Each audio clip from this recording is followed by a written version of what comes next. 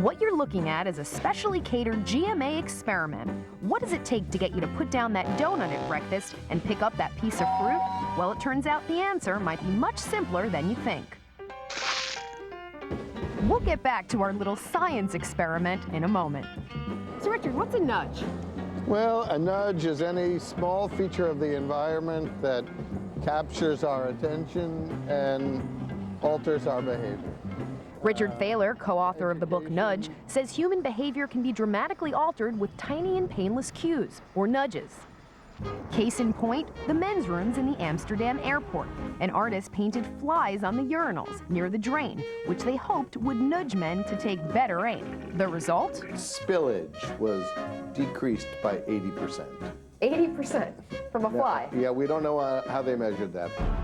So we decided to test some of our own nudges at Manhattan Mortgage, a New York office with 50 employees. Boss Melissa Cohn agreed to let GMA install hidden cameras. All right, we're here in the break room. This is where it's all gonna go down. I'm whispering, I don't want them to hear me. To them, I'm the caterer. They have no idea I'm a news correspondent. For 2 days, we watched what employees ate from a catered breakfast, spread out on a flat table. On average, they were big donut eaters, but only ate about a quarter of a bowl of fruit each day. But what would they eat with a little nudging? Nudge theory number 1, boost your food. The nudge authors say simply elevating healthy foods and putting foods like Danish and donuts off to the side nudges people to eat right. Turns out, they're right.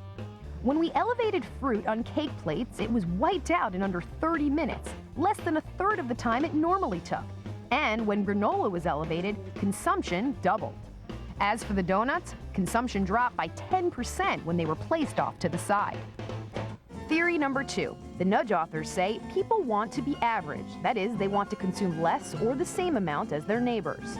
Turns out, simply by posting signs on tabletops, citing a study which says bagels are a part of an average American's breakfast and Danish and donuts aren't, we nudge people to eat more bagels. And donut consumption dropped by a third.